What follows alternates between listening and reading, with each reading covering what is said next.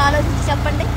Road చెప్తాను నాకంటే ఏంటల్లి తిరగొచ్చింది దీనికి ఏం మరి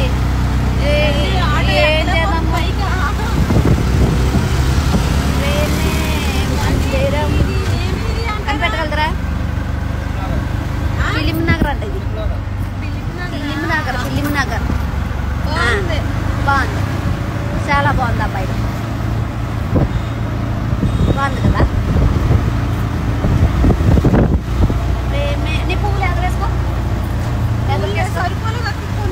అయినా 2 మూరలు కొంటే కొద్దిగానే ఇచ్చిందంటే అమ్మయ్య. పెట్టుకోరనుకుంటా, మేమే పెట్టుకుంటాం.